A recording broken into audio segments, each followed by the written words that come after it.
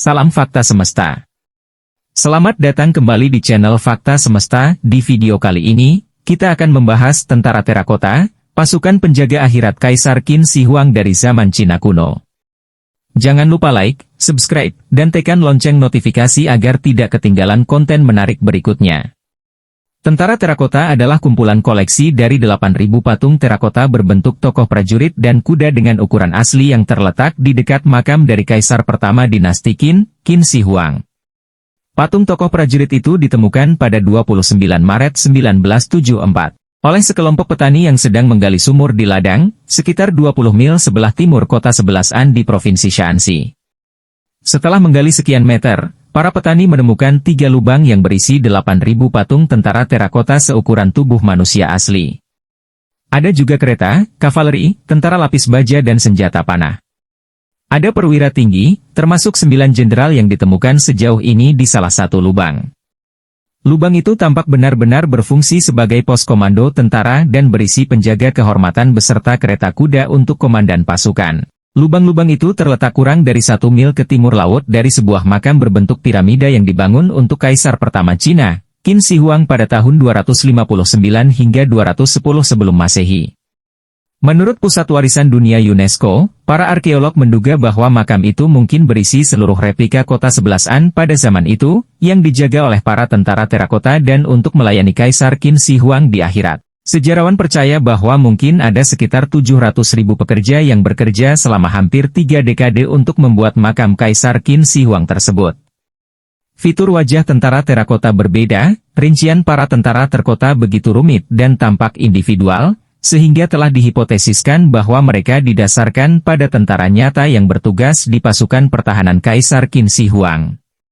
Setiap patung tentara terakota memiliki gaya rambut dan fitur yang unik, beberapa memiliki jambul sementara yang lain memiliki janggut, beberapa memiliki topi dan tunik longgar, sementara yang lain memiliki rompi lapis baja dan rambut dikepang. Mereka memiliki bentuk, ekspresi, dan postur yang berbeda.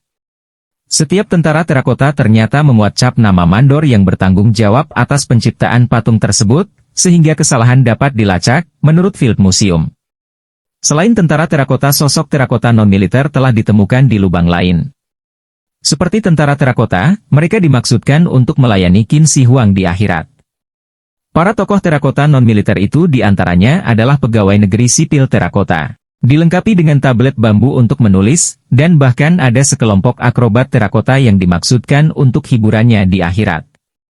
Menurut cara mereka tampil dalam menghibur, kami berspekulasi bahwa mereka bukan asli Cina Tengah, tetapi mungkin berasal dari selatan, mungkin daerah Burma, kata arkeolog Duan Qingbo, yang bertanggung jawab atas penggalian di lubang tentara terakota. Dalam komentar terjemahan yang muncul di The Independent, untuk persiapan akhirat Kaisar pertama Cina ini, benar-benar detail. Dia memiliki pasukan besar dalam formasi militer nyata dan bahkan hiburan yang dibawa dari jauh. Perlengkapan senjata tentara terakota selama penggalian lubang yang berisi tentara terakota, para arkeolog menemukan sekitar 40.000 senjata perunggu, termasuk kapak perang, busur panah, mata panah, hingga tombak. Meski saat itu sudah lebih dari 2000 tahun, senjata-senjata tentara terakota masih terpelihara dengan sangat baik. Itu berkat pelapisan pelindung krom, teknik yang tampaknya lebih modern, digunakan di Jerman pada 1937 dan Amerika Serikat pada 1950. Hal itu, yang mengungkapkan kecanggihan metalurgi Cina kuno. Kaisar Qin Shi Huang yang takut mati, adalah kaisar pertama Cina. Qin Shi Huang, diceritakan dalam sejarah, merupakan penguasa hebat yang menyatukan 7 negara bagian di Cina yang saat itu saling bertikai. Masa itu dikenal sebagai periode negara-negara berperang. Ia membangun kemajuan besar di bidang politik, ekonomi, hingga budaya, termasuk mengenalkan standar tulisan, standar bobot dan ukuran, sistem kanal dan jalan, memajukan ilmu metalurgi, serta memulai proyek skala besar, seperti tembok besar Cina. Namun, usaha penyatuan Cina dan masa pemerintahannya tidak lepas dari kekerasan perang, perebutan wilayah, dan lainnya. Dia memerintahkan pembunuhan terhadap para cendekiawan yang ide-idenya berlawanan dengannya. Ia mengubur hidup-hidup 460 sarjana pada tahun 212 sebelum Masehi, karena berani melawan pendapatnya. Adapun 700 lainnya dirajam sampai mati. Dia memerintahkan semua buku yang tidak terkait dengan pemerintahannya dibakar habis pada tahun 213 sebelum Masehi. Di masa itu, sekolah-sekolah hanya diperbolehkan mengikuti pemikiran kaisar. Ikuti hukum kaisar atau menghadapi konsekuensi, hanya itu pilihannya. Menurut cerita sejarahnya, banyak buruh dan pengrajin juga kehilangan nyawa mereka selama pembangunan kompleks makamnya. Meski begitu hebat dan kejam, tetap saja kaisar pertama Cina ini takut mati. Semakin bertambah usia, ia semakin ketakutan. Sampai ia terobsesi untuk menemukan ramuan hidup abadi. Ia mengeluarkan perintah eksekutif hingga ke pelosok desa dan perbatasan, membuat para dokter dan akademis berlomba mengarang membuat ramuan hidup abadi.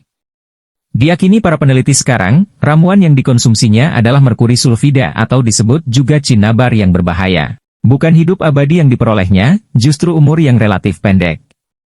Ia meninggal di usia 39 tahun. Namun, ia telah menyiapkan kematiannya dengan membuat perlengkapan untuk akhirat di makamnya, termasuk membuat tentara terakota. Hal itu Kaisar Qin Shi Huang lakukan untuk berjaga jika ramuan hidup abadi tidak berfungsi. Pada tahun 215 sebelum Masehi, Kaisar Qin Shi Huang memerintahkan pembangunan makam raksasa untuk dirinya sendiri. Makam yang sangat luas disertai 8.000 tentara keramik dan kuda yang dikenal sebagai tentara terakota, aliran sungai Merkuri, hingga jebakan senjata untuk menggagalkan penjarahan. Makam itu sekaligus replika duniawi sang kaisar. Keberadaan tentara terakota menjadi saksi bisu dari kebesaran sejarah Tiongkok. Kita harus menghargai usaha dan kepercayaan yang tertanam dalam setiap patung. Demikianlah ulasan kita mengenai tentara terakota, pasukan penjaga akhirat Kaisar Qin Shi Huang dari zaman Cina kuno. Jangan lupa bagikan pendapat kalian di kolom komentar. Sampai jumpa di video berikutnya, dan terima kasih telah menonton. Jangan lupa like, subscribe, dan nyalakan loncengnya, agar tidak ketinggalan kisah-kisah lainnya. Terima kasih telah menyaksikan. Salam Fakta Semesta.